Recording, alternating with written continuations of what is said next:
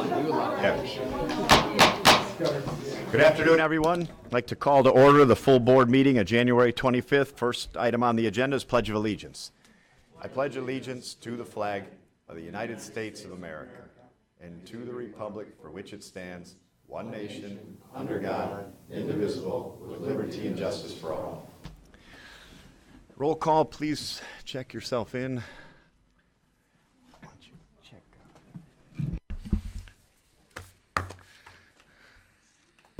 Great, thank you. Item number 4, invocation by Commissioner Duzyj. Thank you, Mr. Chairman. Bow our heads and wait for Commissioner Lucido. Thank you. Dear Lord, please help us make the decisions that affect everybody in the county in a positive manner, and may our decisions help everybody that we represent. Amen. Hey, item number 5, adoption of the agenda. I need a motion to adopt. Motion by Drolet, supported by Carabelli. Please vote.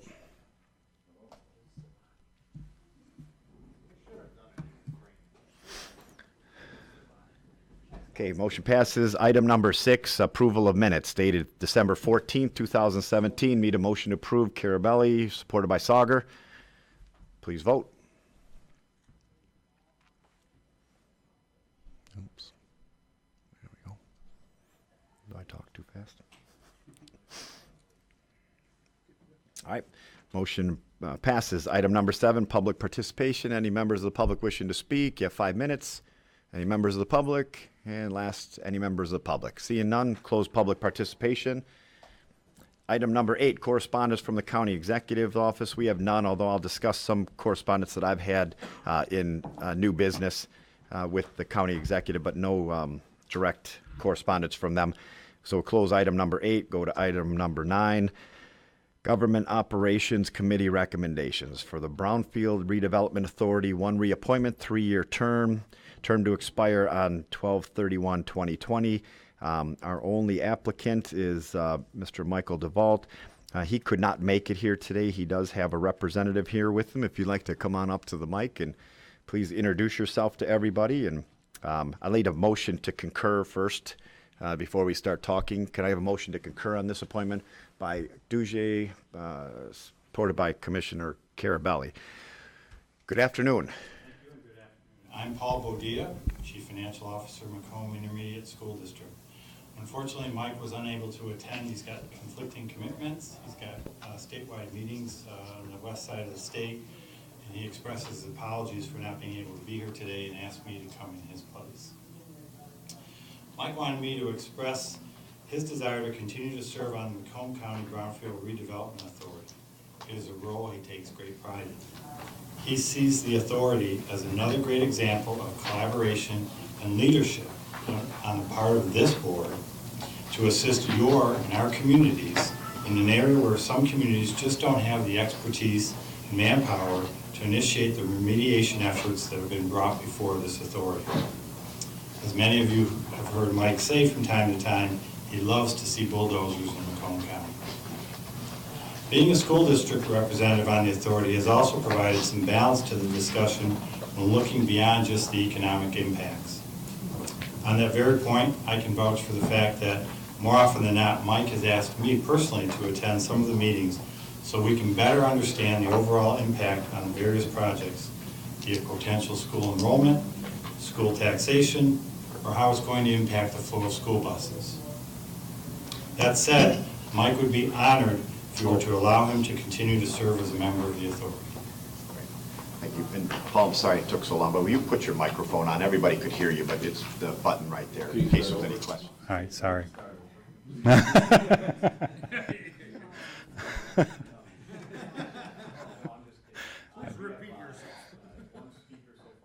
Commissioner Kraft.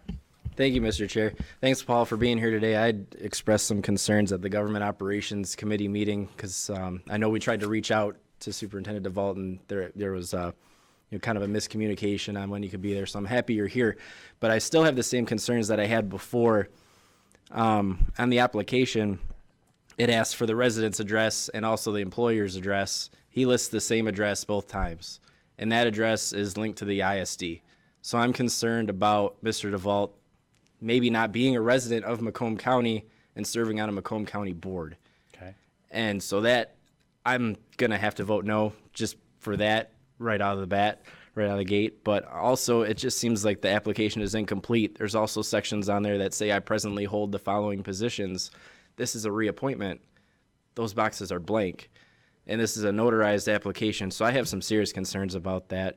So I just wanted to let my fellow commissioners know and yourself that I'm a no vote just because it's just not clear in the application. Thank you, Paul. Thank you, Mr. Chair.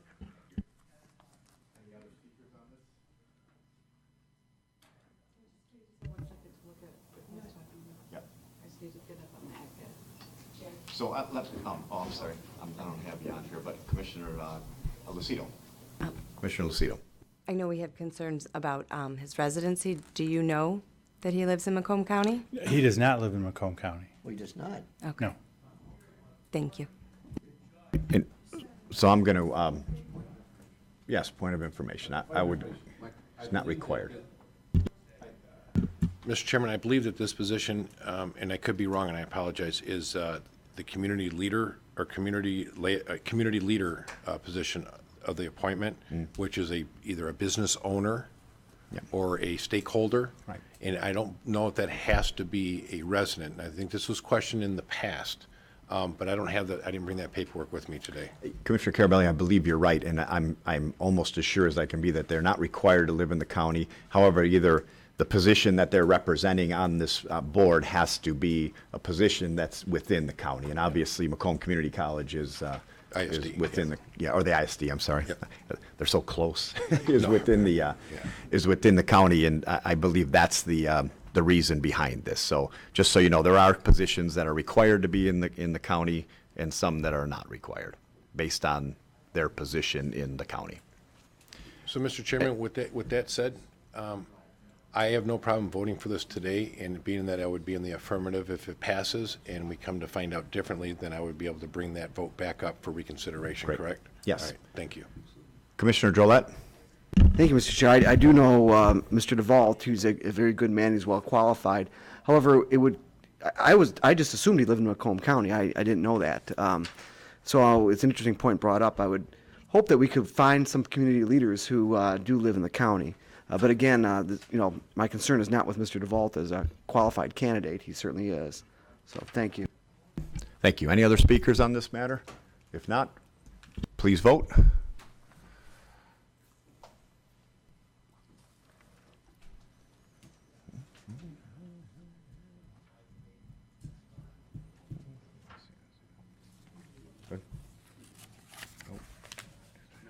Okay, motion passes. 8-4. Okay, moving on to item number 10, Finance Committee recommendations. Is there any motion to move these in their entirety? And we have one by Duzyj, supported by Sagar. Is there any of these that anyone had a no vote on they'd like to pull out? Oh, that's fine. Sorry. Probably the staff. Yes. Does anybody want to pull anything out of that entirety? Please give me that. Commissioner Romano? Okay, B. All right. Well, we're going to just remove it and vote separately on that. Any others besides item B? Okay, so we're going to do Finance Committee recommendations A, skip B, and then C through G in their entirety. So, we vote on that already? Okay, great. Please vote.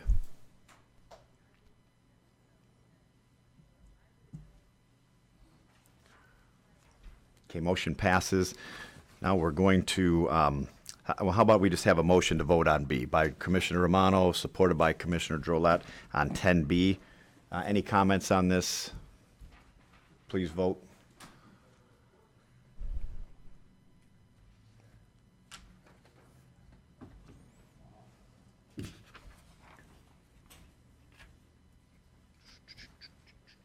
Okay, motion passes with 1 no vote. Item number 11, election of officers. I believe the way we've done this before is we've, excuse me? The last vote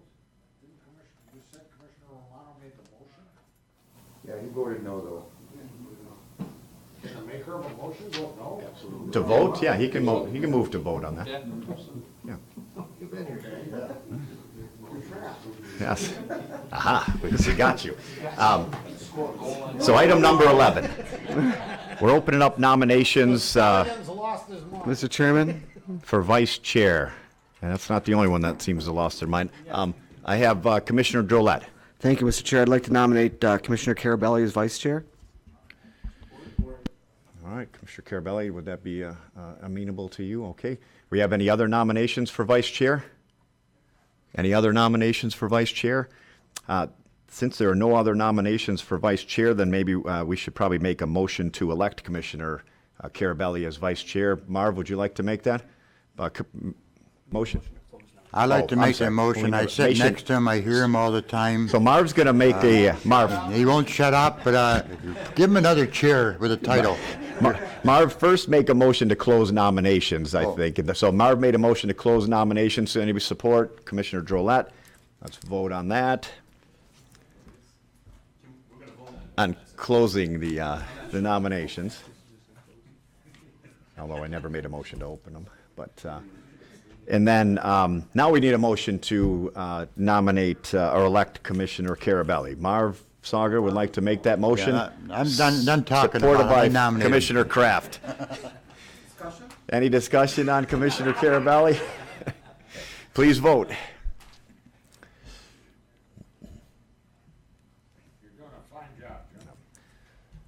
Motion passes 6-5. See where I put it. No, just kidding. Motion, he didn't even hear it. Motion, he didn't even hear it. Voting for himself. Right. All right, motion passes. Like to call for nomination for Sergeant at Arms. Make a nomination for Commissioner Lucido to be Sergeant at Arms. Any support? Commissioner Lucido, are you okay with that? Great. Any other nominations for Sergeant at Arms? Movement by I don't think Drollet. you asked Commissioner Carabelli if he was okay with this. I did. Yeah, I did. Drollet and we'll go with Sauger to close. So please vote to close nominations. Motion passes. Now we need a motion to elect Commissioner. Elect Commissioner Lucido as Sergeant at Arms. Great support. All right, I have support by Leonetti, motion by Romano, supported by everybody. Yes. Yes. So supported in their entirety. Please vote.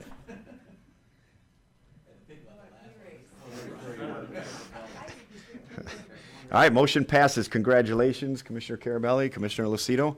Glad to have you for another year. Item number 12.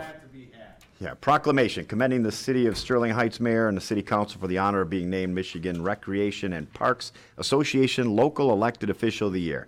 Need a motion for that? Commissioner Romano, supported by Commissioner Myjack. Any comments? Please vote.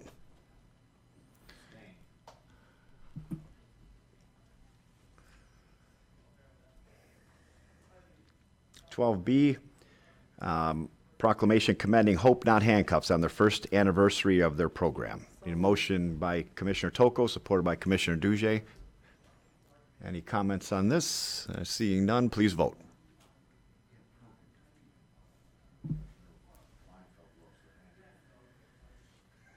Great, motion passes. Item number 13, correspondence. We had asked for some information from the speaker from the Greater Detroit Area Health Council. She did provide us, and that is in your packet. So I don't remember exactly what we asked for a few questions. They responded to us. It's in your packet. So we just need a motion to receive and file this. Commissioner Romano, supported by Commissioner Kraft. Please vote.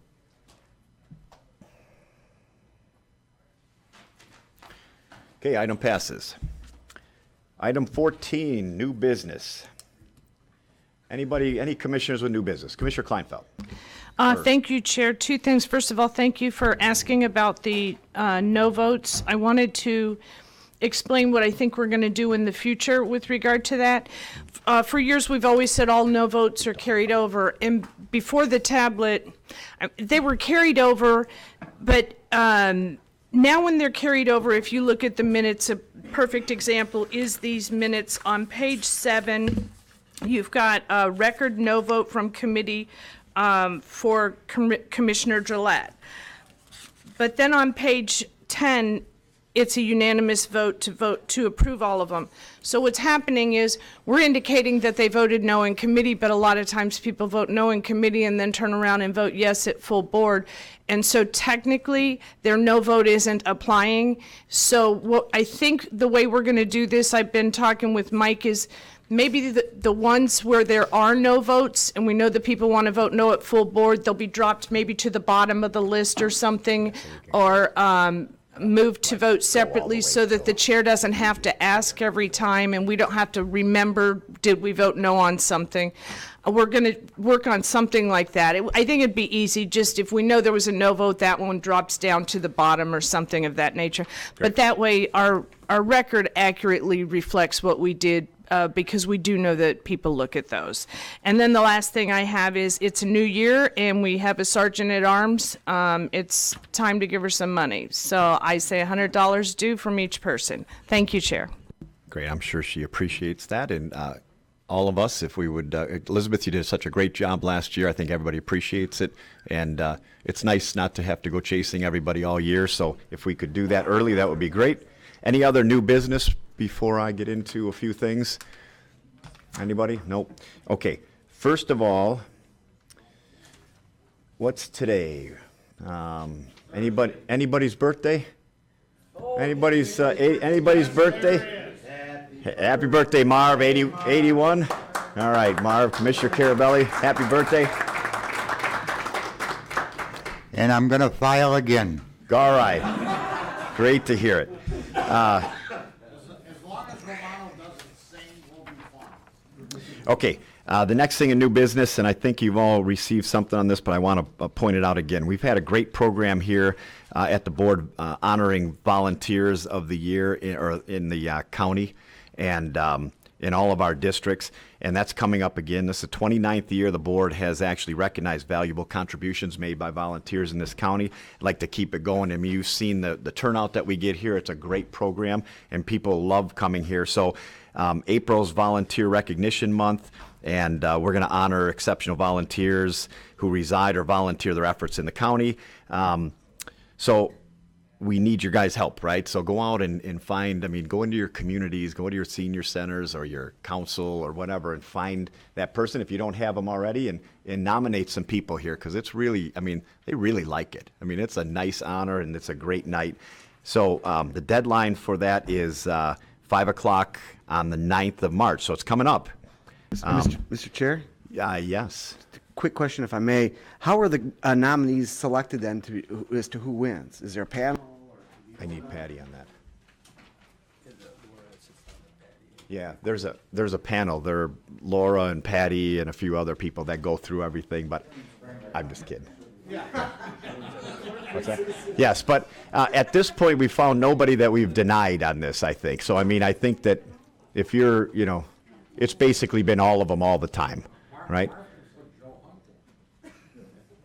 Things could change, apparently. So that being said, get out in your community and get out to this. And I'll take, so we can do that in lieu of the Older Persons Advisory Committee, because I mentioned yesterday that I had a meeting with Mark Hackel yesterday morning. We had coffee for an hour and a half. We talked about a lot of things, and they still have a point of contention with this committee. That being said, we were going to hear from their attorneys. We talked about how we would do things, and I said, based on the fact that we're actually, we'll get to there, that we're having a solid discussion on things they don't agree with and we don't agree with, I don't have any problem, again, holding this off for a little longer in the wake of the fact that we're actually discussing things in some type of an organized fashion. We have a meeting set up next week to discuss some ordinance appropriation ordinance issues, and we are going to come up with an actual list of how we move down the line, which eventually with court being, for clarification, being the last one. So we're going to try to put that in place. That being said, I'm willing to hold off on this and then take your efforts from the older person's volunteer or committee and put that into finding volunteer for this month. And then we'll get back to this, I'm sure, after we're done with these meetings. So that being said, this is how you run a meeting. I'm just kidding. Sorry, Commissioner Kleifeld. Yeah, I know. I came to a fight and a board meeting broke out. Just for transparency, the meeting that has been set for next week, Commissioner Carabelli, Chair Smith, and I have all been invited. I don't know if there was. I did the inviting on that. So Mark said, just invite who you think on that particular issue. So probably might, because have I'm it. finance chair and he's vice, but for Correct. transparency, I wanted you all to know who was planning on attending on our end. Right. So, Perfect. and I had tried to. Apparently, I tried to schedule a whole lot of meetings today without knowing about it and upset all those people on the 8th floor. Don't worry Thank about you. It. Won't be the last time. I think Commissioner Toko had her hand up next. I Toko? do. Just on the new business, on the status of the clerk's office, because I'm in the clerk's office on a regular basis working, I feel compelled to let the board know that we are still behind in liens. It continues to be a problem. So, people come in, they plead to a drunk driving offense or they're convicted of a drunk driving offense. The clerk's office is supposed to report that to the Secretary of State. The Secretary of State then does their job in doing the suspensions of the driver's license. My understanding is that we still have not put in convictions from November. So we had all of the holiday season with people with alcohol-related convictions on their record. The Secretary of State, they don't have any way of knowing what's going on in this courthouse unless that paperwork goes over to the Secretary of State so that they can suspend the license. All through the holiday season, people are driving around. My understanding is that they're still pretty far behind. Is that, Corporation Counsel, do you have any, can you give us any update? Or, we have to be able to start doing something about this. Very, very briefly. About 4.5, 5 weeks ago, when we got the injunction, on that date, there had been no lien entries dating back to August 1st of last year, and the e-filings were 4,800 bundles behind. As of today, the e-filings have been caught up to 1,400 behind, so they've conquered a backlog of 3,200. On the lien front, they have a second certified lien tack now, just as of this week. They are taking care of August, September, and they're starting on October. So they are chipping away at that backlog with 2 lien tacks working the project. I think the catch-up on the remaining backlog will be twice as fast as the catch-up up to this point. So this is not fair all the way around. For the community, it's not fair. It's not fair for, even the defendant. So their driver's license, they're driving around now, but then they're going to get suspended maybe 6 or 8 months down the road. This should be happening, and it's not. You're preaching to the choir. The lien function, believe it or not, I think is more important than the e-filing function, because the lien function, the information in lien entered by the clerk's office includes restrictions on release for parolees, probationers, PPOs. If that information is not put in lien, an officer in the street executing a traffic stop or having any other casual contact would not know of the existence of those restrictions. They would not know of a reason to suspect that this individual is in violation of those restrictions. It's for legal liability, it lays the county out for liability by not doing those. Huge, and I'm concerned, and I don't know, and maybe you can give us some direction as to what this board can do. I don't think we can sit back and continue to watch this catastrophe. We can't. We can't gawk at this accident any longer, and that's what's happening. We're all just gawking at it, saying, "I can't believe it." But what can we start doing about this? When we got the point of the injunction, and the injunction case, the mandamus case, completely separate from the Quo Warranto case, we brought that matter on behalf of the Treasurer's Office, the Sheriff, which was the lien concern, and the courts, which was lien and e-filing concerns. And the reason why, because those three functions were not being performed by the clerk under her leadership. So we basically pulled off a minor miracle, got the court to enter an injunction, transferring all of the authority to do those functions to the next echelon down, which were the supervisors. Included in that injunction is a prohibitionary order prohibiting Clerk Springer or anyone else, such as her assumed deputy, from interfering with those supervisors, refusing them tools, supplies necessary to do their jobs. We also got the court to order Human Resources to fill every opening in that department, whether the clerk likes it or not. And they've moved forward. They've filled all of the promotional positions. They are now extending offers to all the entry-level positions.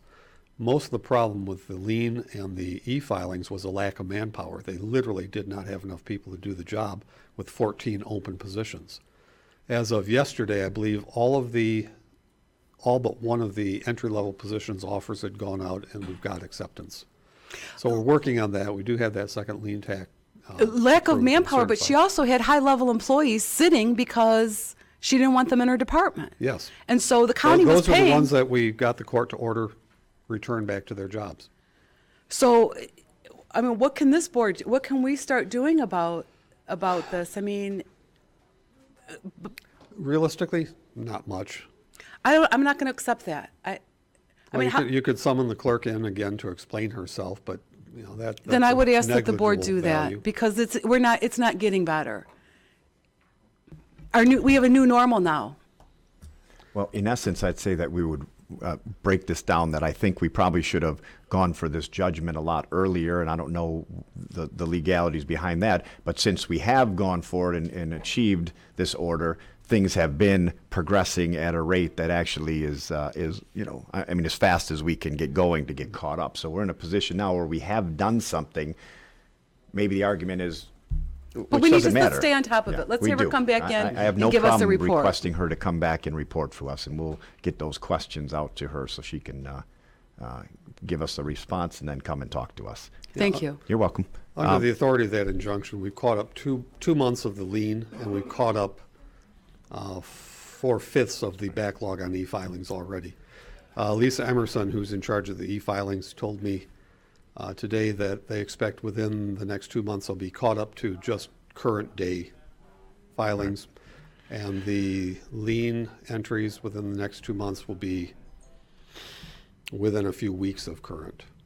That one's actually more difficult because there's fewer people qualified, certified, and approved by the state to do those entries. And in my mind, that puts the public safety at risk. No, it did from the very beginning. That was our argument to the judge in St. Clair County, which is why why the county had to assume responsibility and capture the authority to carry out those functions.